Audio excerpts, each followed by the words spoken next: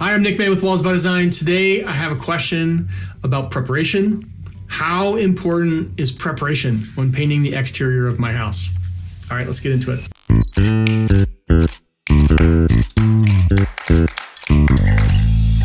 As you can probably imagine, preparation is super important. And I'm going to talk about two different types of preparation that we actually have to do. One is to protect things that we do not want to get painted. So in most applications, at most projects, we're going to spray our siding, or what we call the body of the house. So we have to protect windows, we have to protect the floors or the exterior, like concrete or hard surfaces, driveways. We need to protect bushes, those kinds of things. So that's all important, but that has nothing to do with the longevity of the project, right? Brick is another thing. I get so irritated when I walk up to a house, the front door, and I see whoever painted the house last just got all sorts of overspray on the brick. So we're definitely going to be protecting all of your hard surfaces so we don't have that issue. The next type of preparation that I think most people think of when they say prep for a house is what's happening to prepare that surface where I've had failure on my trim or on my siding. So preparation is super important because if you don't get a good foundation, nothing else is going to last. It's just going to fail. We need to have a good solid foundation. And so what needs to happen, first thing on a house is we need to power wash it and get any of the contaminants off of the house, salts, dust, dirt, that kind of thing. So that's just a light wash. It's not going super aggressive on the house. And so that gets us to a clean surface.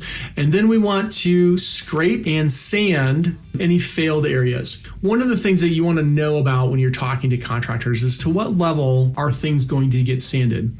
Because we can go ahead and do a scrape and get it to where the paint is solid, but we have that hard edge. And if you've seen areas that have been painted over before, and you can see where they've taken off layers of paint, those areas haven't been sanded, super aggressively. In our best model, we're gonna do a much better job of sanding those out so we don't see those, but it doesn't necessarily mean you're gonna get longer life out of that paint job. It's just going to look aesthetically, it's going to look better. So you really want to dial in and talk to your paint contractor and make sure that you're on the same page. And so you understand to what level are they going to be doing surface prep. And then also have caulking. Are they simply going to recaulk what has cracked out, or are they going to cut out what's there and then recaulk? So that is also the difference between our good level and our best level. In our best level, anything that really is going to look bad, we're going to cut all that stuff out and not just overcaulk that crack. Lots of issues with prep, and prep is super important, but some of it does come down to aesthetics and what is your expectations. So communication is huge in this process with your paint contractor. When you are talking to them, getting a bid, it's really a good idea to talk through those issues so that you know on the back end, when everything is done, what to expect.